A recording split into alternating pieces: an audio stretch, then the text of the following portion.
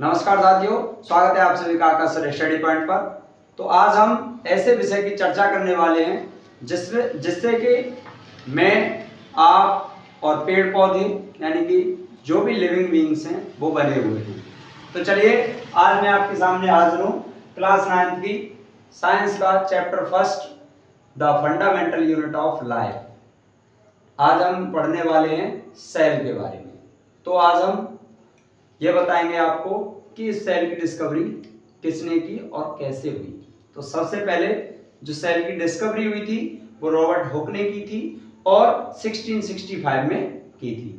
और जो पेड़ का जो छिलका होता है, बार्क होता है ट्री का, उससे की थी। और रोचक बात यह है कि उसने सेल्फ डिजाइन्ड माइक्रोस्कोप से की थी।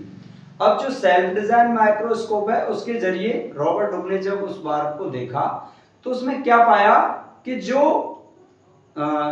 सेल थे उसमें, यानी कि उसने सेल को नाम दिया। छोटे छोटे जो हनीकॉम्स होते हैं, मधुमक्खी के छत्ते जैसे, उनका नाम दे दिया कि साहब ये जो सेल है एक लिटिल कंपार्टमेंट्स बने हुए हैं यहाँ पर मधुमक्खी के छत्ते जैसे। इसी को उसने क्या नाम दे दिया? सेल नाम दे दिया। और इसे लैटिन भाषा में हम कहते हैं लिटिल रूम। तो आइए अब जानते हैं इसके बारे में। तो while studying a thin slice of cork, Robert Hooke, so that the cork resembled the structure of honeycomb, consisting of many little compartments. Cork is a substance which is obtained from the bark of a tree.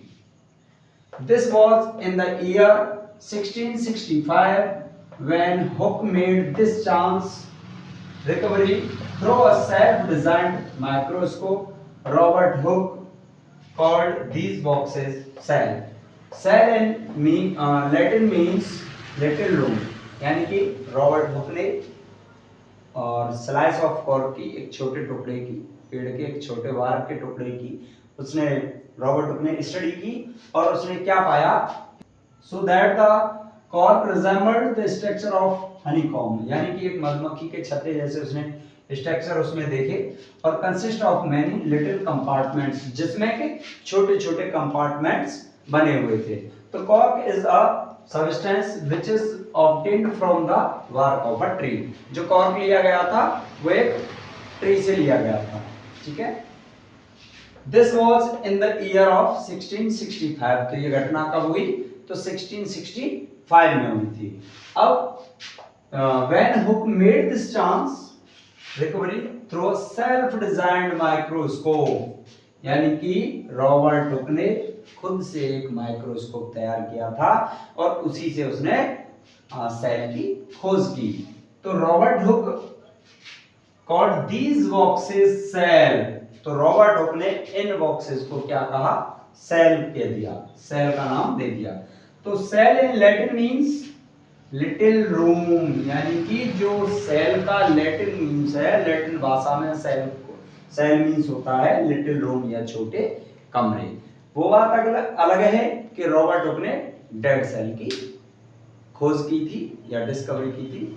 तो अब इसी से संबंधित, सेलों से संबंधित और discoveries जो हुई वो आगे जानते हैं। आइए जानते हैं डिस्कवरी रिलेटेड टू सेल। तो सबसे पहले रॉबर्ट हुक ने 1665 में notice the presence of cell in a cork slice, यानी कि कभी भी एग्जाम में ये पूछा जाए कि सबसे पहले खोज सेल की जो डिस्कवरी है वो किसने की थी, तो सिर्फ और सिर्फ आंख बंद करके और डायरेक्ट आंसर टिक कर देना रॉबर्ट हुक 1665।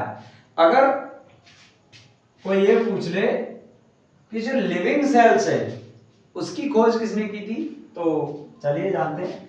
तो ल्यूवेन हुक ने 1674 में found the presence of living cell in the pond water, यानी कि हमारे ल्यूवेन हुक सर जो आए थे उन्होंने 1674 में क्या किया कि एक पॉन्ड वाटर यानी कि तालाब के पानी में और उन्होंने लिविंग सेल की डिस्कवरी की। और ये हमारे जो रॉबर्ट जो भाई साहब थे, इन्होंने क्या किया कि इन्होंने डेड सेल की खोज की थी। तो दो क्वेश्चन बन चुके हैं यहाँ से, एक डेड सेल की खोज और एक लिविंग सेल की खोज।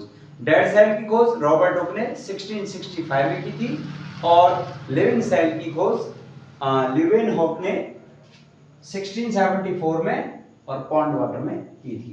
आगे चलते हैं। अब नेक्स्ट जो वैज्ञानिक थे वो है रॉबर्ट ब्राउन। रॉबर्ट ब्राउन ने 1831 में क्या किया कि जो सेल की जो डिस्कवरी हुई थी उस सेल के अंदर न्यूक्लियस की डिस्कवरी कर दी इन्होंने क्या किया, recognise the existence of a nucleus in the cell, यानी कि सेल के अंदर एक न्यूक्लियस होता है, ये रॉबर्ट ब्राउन ने 1831 में बताया।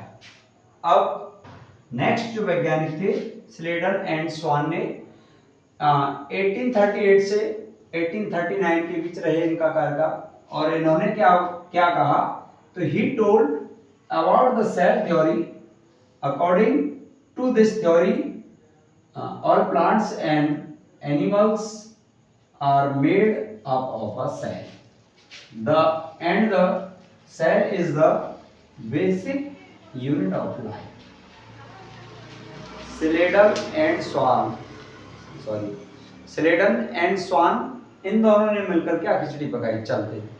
तो इन्होंने 1838 से और 1839 के बीच खिचड़ी में क्या पका दिया कि साहब इन्होंने सेल थ्योरी दे दी, और सेल थ्योरी के इनकी सेल थ्योरी के अकॉर्डिंग जितने भी हमारे प्लांट्स हैं और एनिमल्स हैं तो वो किससे बने हुए हैं, सेल से बने हुए हैं, और जो सेल है उन प्लांट्स और एनिमल्स की क्या है, तो बेसिक यूनिट ऑफ लाइफ है।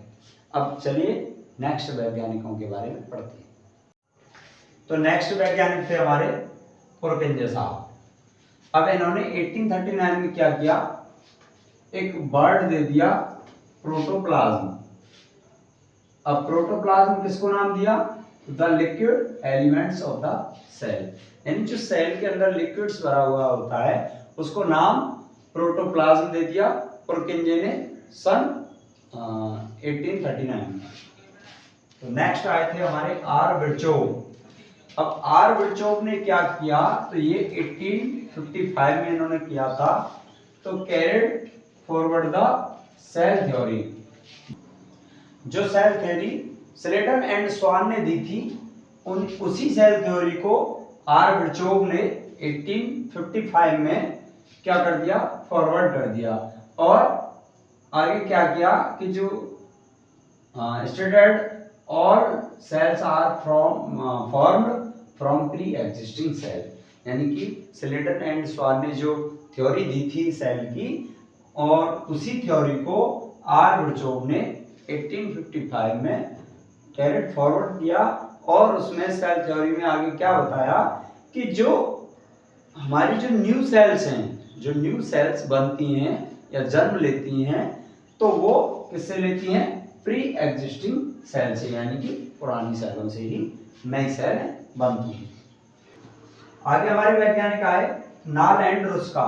इन्होंने 1940 में क्या किया, इन्वेंटेड द इलेक्ट्रो माइक्रोस्कोप, यानी कि इन्होंने आगे किसकी खोज कर दी, इलेक्ट्रॉन माइक्रोस्कोप की, through which it became possible to study, यानी कि इससे अध्ययन करना या स्टडी करना आसान हो गया, किसका, the complex structure of the cell, यानी कि ऐसा तो है नहीं कि जो हमारी सेल है वो केवल एक गोली जैसी हो और उसके अंदर कुछ नहीं हो, भाई सेल के अंदर भी बहुत सारे स्ट्रक्चर होते हैं।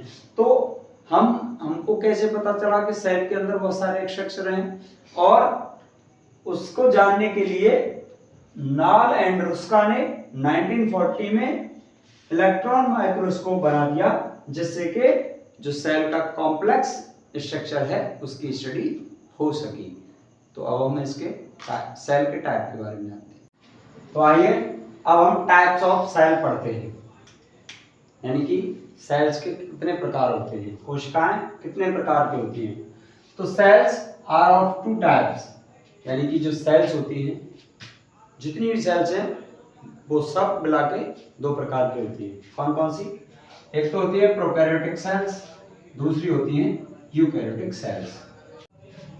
तो प्रोकैरियोटिक सेल्स यानी कि मीनिंग ऑफ प्रोकैरियोटिक सेल, अब इसका मीनिंग जानते हैं। तो प्रोकैरियोटिक का मतलब होता है, प्रो मतलब प्रिमिटिव और फॉर्मल यानी कि आदि या पूर्व, और कैरियोट मतलब होता है carry on.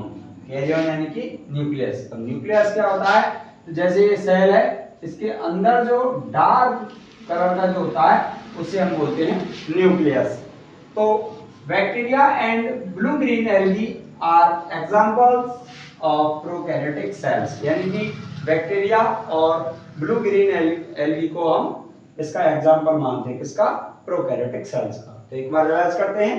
Types of cell पढ़ रहे हैं, यानी कोशिका के प्रकार। कोशिकाएं दो प्रकार की होती हैं। सेल्स कितने टाइप की होती हैं? टू टाइप्स की। पहला होता है प्रोकैरियोटिक सेल्स, दूसरा होता है यूकैरियोटिक सेल्स। तो अभी हमने प्रोकैरियोटिक सेल्स के बारे में जाना और अब हम इसके कैरेक्टरिस्टिक्स के बारे में जानते हैं।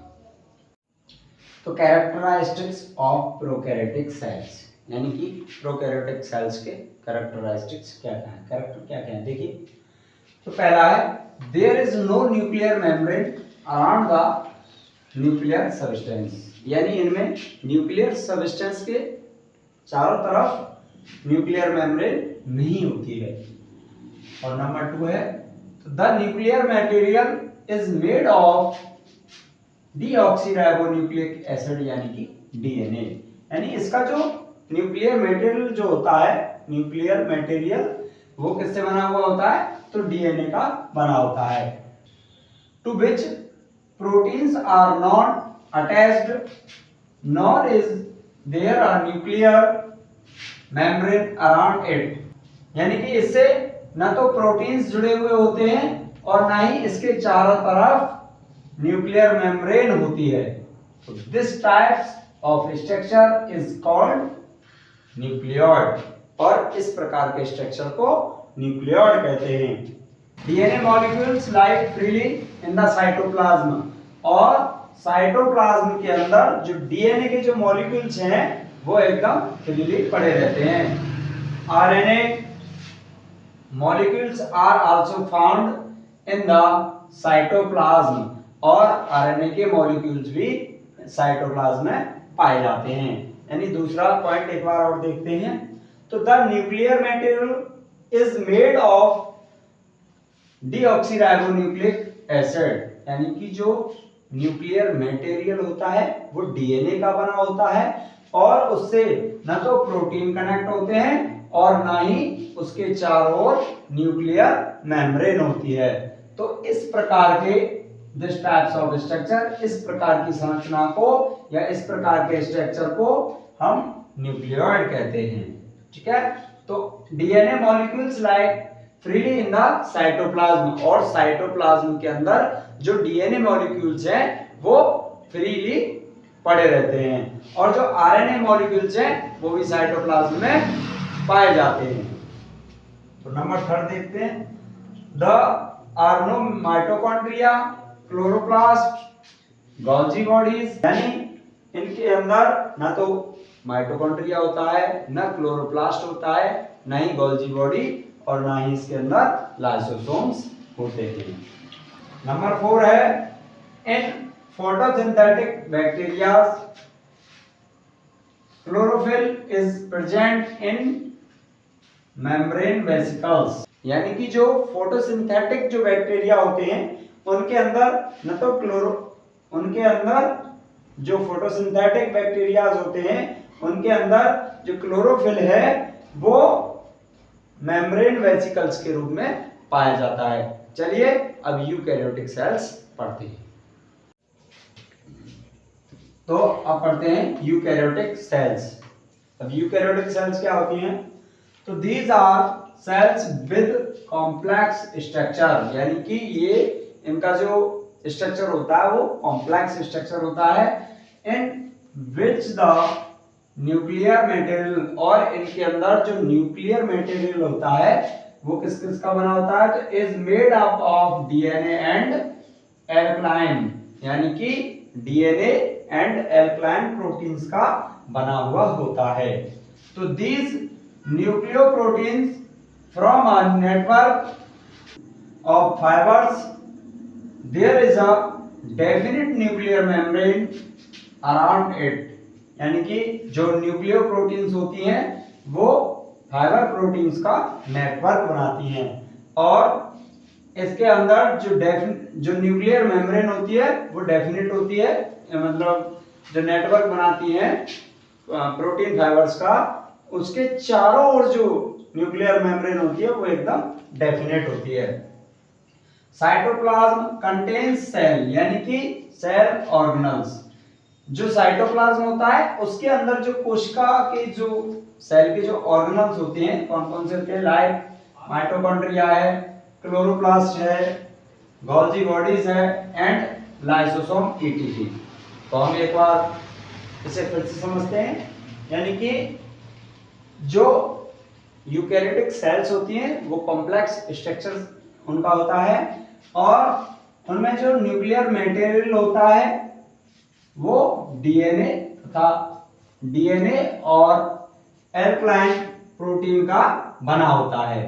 तो दीज न्यूक्लियोप्रोटीन्स, यानी कि जो न्यूक्लियोप्रोटीन्स होती हैं वो फाइबर प्रोटीन्स का एक नेटवर्क बनाती हैं। अब there is a definite nuclear membrane, तो जो फाइबर्स का जो नेटवर्क जो बना हुआ होता है उसके चारों ओर एक न्यूक्लियर मेम्ब्रेन होती है, डेफिनेट न्यूक्लियर मेम्ब्रेन। और जो साइटोप्लाज्म सेल्स के अंदर होता है उसमें जो सेल के ऑर्गेनल्स होते हैं उसमें है माइटोकॉन्ड्रिया है, क्लोरोप्लास्ट है, गोल्जी बॉडी है एंड लाइसोसोम है। तो आइए अब हम eukaryotic cells and prokaryotic cells के बीच में डिफरेंस जानते हैं, इन दोनों के बीच क्या क्या डिफरेंस है। तो जब भी हम दो चीजों के बीच डिफरेंस देखते हैं तो वो दोनों एक दूसरे के अपोजिट होती हैं। तो यहाँ ये prokaryotic cells and eukaryotic cells किस तरह एक दूसरे के अपोजिट हैं ये देखते हैं। तो इसका फर्स्ट पॉइंट है, size of a cell is generally small 1 to 10 mm, यानी कि जो प्रोकैरियोटिक सेल्स होती हैं वो जनरली स्मॉल होती हैं और 1 to 10 mm की होती हैं, और यूकैरियोटिक सेल्स जो होती हैं वो जनरली लार्ज होती हैं और 5 to 100 mm की होती हैं। तो दूसरा पॉइंट इसका, न्यूक्लियस इज एब्सेंट, यानी प्रोकैरियोटिक सेल्स के अंदर न्यूक्लियस एब्सेंट होता है और nucleoid is not surrounded by a nuclear membrane, और जो न्यूक्लियॉइड होता है वो न्यूक्लियर मेम्ब्रेन से घिरा हुआ नहीं होता है। तो यूकैरियोटिक सेल्स में होता है nucleus is present, eukaryotic cells में न्यूक्लियस प्रेजेंट होता है और nuclear material is surrounded by nuclear membrane, और जो न्यूक्लियर मटेरियल होता है वो न्यूक्लियर मेम्ब्रेन से घिरा हुआ होता है। इट कंटेन्स सिंगल क्रोमोसोम्स, तो जो प्रोकैरियोटिक सेल्स होती हैं वो सिंगल क्रोमोसोम्स रखती हैं। और थर्ड पॉइंट है इसका यूकैरियोटिक सेल्स का, तो it contains more than 1 chromosomes, यानी कि यूकैरियोटिक सेल्स में एक से अधिक क्रोमोसोम्स होते हैं। चौथा पॉइंट इसका, nucleolus is absent, prokaryotic cells में न्यूक्लियोलस अनुपस्थित होता है, यानी कि एब्सेंट होता है। तो न्यूक्लियोलस इज प्रेजेंट और यूकैरियोटिक सेल्स में न्यूक्लियोलस प्रेजेंट होता है।